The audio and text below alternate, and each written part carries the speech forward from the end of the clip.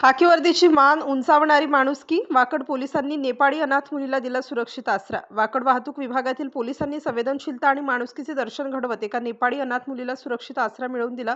VIP बंदोबस्त आणि प्रशासकीय कामांच्या व्यस्ततेतही पोलिसांनी दाखवलेल्या तत्परतेमुळे एका बेवारस मुलीला तिच्या नातेवाईकांपर्यंत सुरक्षित पोहोचवण्यात यश आलं. भुजबळ चौक येथे रडत बसलेल्या सुनीता ईश्वर सिंग बोहरा या मुलीची माहिती मिळताच पोलीस हवालदार रोहिदास बोरहाडे यांनी तिची विचारपूस करून मदतीचा हात पुढे केला. कंट्रोल रूम, दामिनी मार्शल आणि वाकड पोलीस ठाण्याच्या सहकार्याने मुलीच्या नातेवाईकांचा शोध घेण्यात आला आणि तिला सुरक्षितपणे कोल्हापूरला रवाना करण्यात आले. पोलीस निरीक्षक अशोक कडलक, हवालदार रोहिदास बोरहाडे, वैशाली लोंढे, बापू पोटे आणि दामिनी मार्शल यांच्या या मानवतावादी कार्याचे सर्व खाकीवर्दीची मान उंचावणारी ही घटना पुण्यातील वाकड परिसरातील आहे. भुजबळ चौकात एक नेपाळी अनाथ मुलगी रडत बसलेली पाहून वाहतूक पोलिसांनी तिची विचारपूस केली.